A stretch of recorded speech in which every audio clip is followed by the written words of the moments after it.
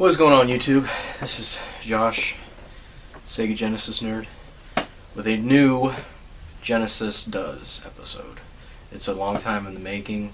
I'm just kind of glad that I finally picked up some stuff. You know, I was waiting to make this video when I got a bunch of stuff together. I got a few things together this time. So basically, these are pickups that I got before Christmas and technically after Christmas. I'm still in the process. I'm actually probably going up to the game store possibly when I'm done filming this video. Might pick up some more things, might make another video out of that too. I don't know yet. But without further ado, I'm going to tell you where I acquired this stuff from, and then I just got a package today in the mail that I've been waiting a while for. So yeah, this is my after holiday pickup stuff for the Genesis stuff. It's all Genesis stuff. Okay, so went to the exchange. I bought 4 games and 1 accessory. The games I got Valis 3, which is like your typical side-scrolling game. It's kind of in the same way as Alicia Dragoon style, kind of.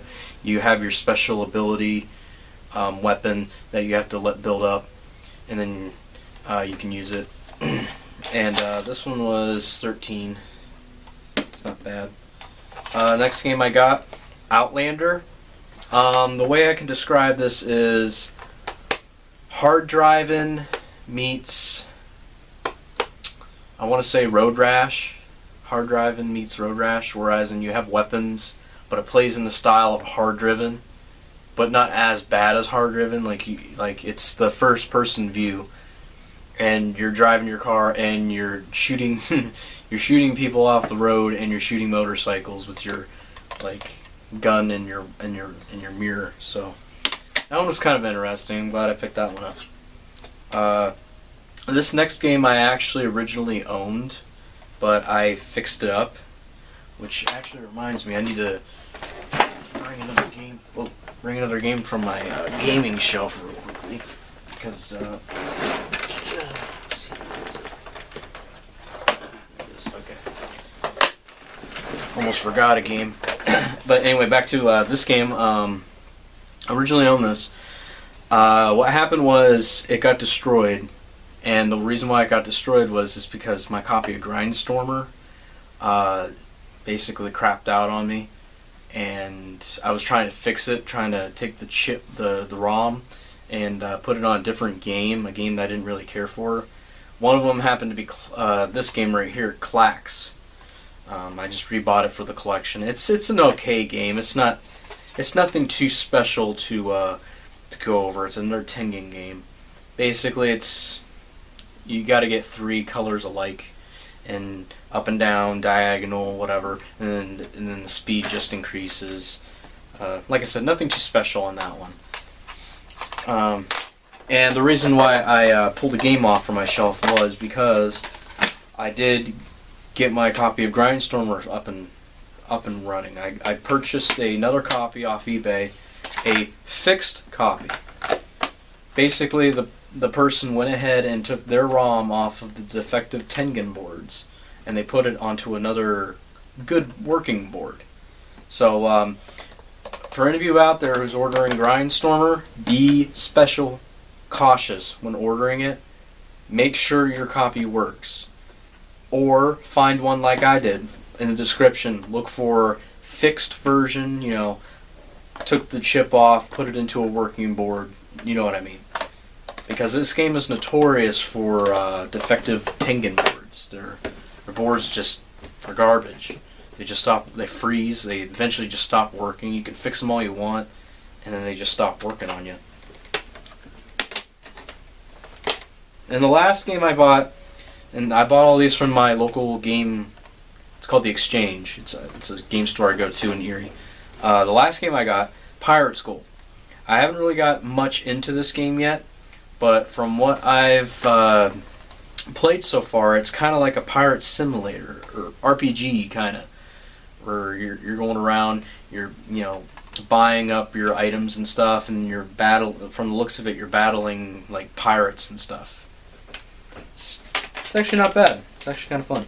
And this accessory I bought, I was looking at their game case, and I saw this in here for $5, and I kept looking at it. I'm like, I know what that is. I asked the guy, I'm like, is that what I think it is? And they were like, well, we're not quite sure. We think it's a cable that connects the, let's see, there's actually a tag on it that says Master System cables to Genesis 2 cables or whatever.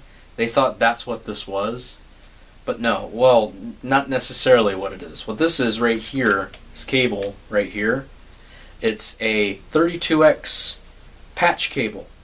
Basically, you take your link cable that you got for your 32X, you put it on this end, and this end you plug into your Model 1 Genesis with it. So you can play your 32X on your Model 1. That's what this is for. $5 for it, not bad. I needed it because I didn't have it. And then the last item that I got it in the mail today. I've been actually waiting for this. I'll go ahead and show you. It's a boxed Sega Genesis Model 1. It's the Sonic the Hedgehog model. Basically, I bought this because I was looking at the photos on eBay, and the Genesis that came in this box was a non-TMSS model. Now, for those of you who don't know what a non-TMSS Sega Genesis is, basically, back in the day when they first released their Model 1 Sega Genesises, they had them all non-TMSS, and what that means is when you put a game inside it, it booted up right to the Sega logo. It didn't boot up to that produced by Sega Incorporated whatever lockout screen. Basically, it was protection because what was it? One of the companies, I want to say Ballistic and early EA games. What was the game? I actually own it. I'm trying to think of it. It'll come back to me. But anyway, they basically played relatively any game that you can stick into it. Whether it be it didn't look for that little produced by thing. And later releases, like the one I had hooked up to my TV, had that screen. Now they were basically after that model, they released it throughout all the rest of the Sega Genesis models. That basically TMSS. That's what they're called. I don't know exactly what variation it is. I know there's a few variations of the of them. Basically, they're just for like the best audio, best sound, or whatever. But both of the Model 1s I own. Actually, I do own a third one. It is the VA7, the non-high definition graphics one, the one that isn't the best one. But I do own the high definition graphics model that has the TMSs in it, and now I own a high definition graphics model that doesn't have it in it.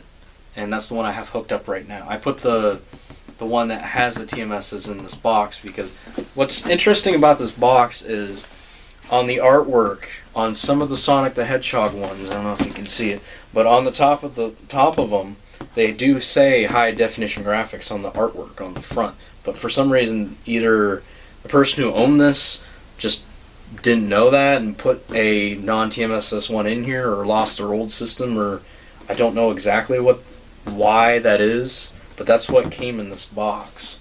Another funny thing to note on this box, on the back, there's a picture of a Model 1 Sega Genesis on top of a Sega CD, but it says Genesis Mega CD.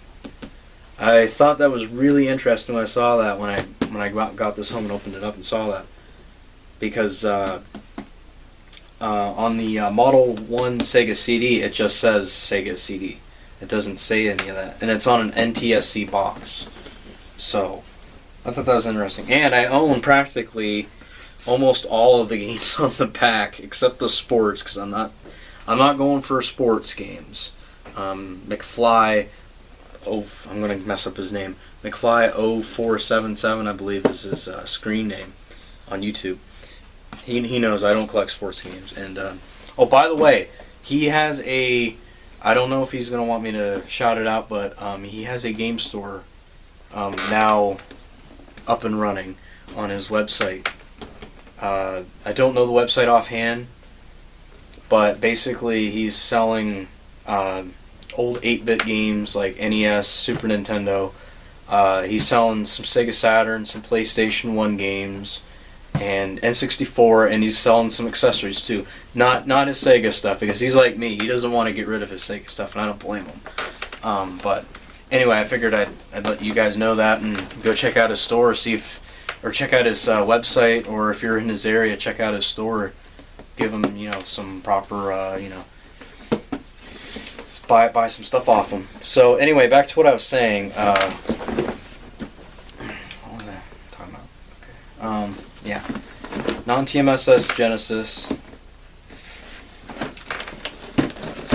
Oh, and the game I was talking about, Populous, is one of the games. I don't have it on me. It's in one of these drawers right now. But Populous is one of the games that will not work on a TMSS model.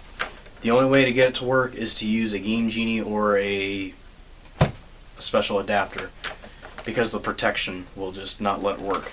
I actually haven't tried it on my non-TMSS yet, but I'm probably going to do it right after this video.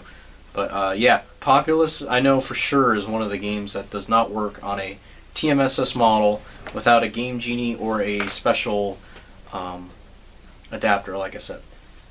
So, anyway, thanks for watching. Sticking with me throughout all these. Not very many pickups, but I'm working on it. I got some money together. I'm going to be hopefully getting my collection up and going soon. I am at, I think it was 220 games now I need. I have 318 games I own now. So all I need is 220 more to go. The ones I'd really like to get right now out of the way are a little bit up there, but the ones I really would like to get right now, if I could, I'd like to get Sagaya. I'd like to get Death and Return of Superman. So I saw the gameplay of that one. That one actually looks kind of cool. Crusader of Seni. That one's going to be Crusader of Seni and Zero the Kamikaze Squirrel are going to be the two hardest ones to get, because the prices on those two just skyrocketed, and I have no idea. Like, those two are probably going to be the last ones to get. They're probably going to be really expensive. What other ones did I want to get?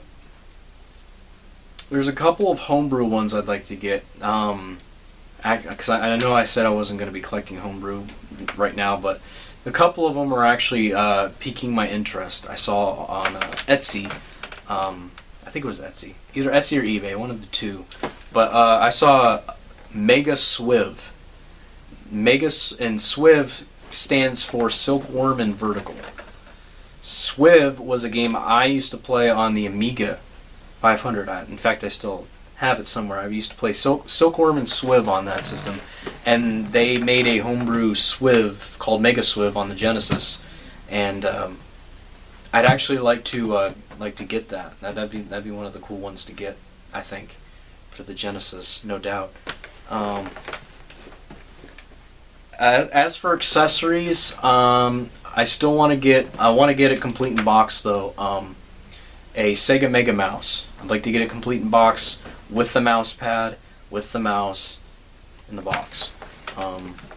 It could be that variation, or actually, I wouldn't mind getting the Wacky Worlds Creativity Studio complete in the box, because it came with the mouse, and I could just sell off my loose copy of it.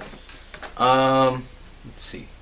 Accessory-wise, I still need a Sega CD Model 2. I have a Model 1 and a Sega CDX. I'd like to get a Model 2 again. I used to have one, but I sold it off because I didn't think I needed it anymore because I had the CDX.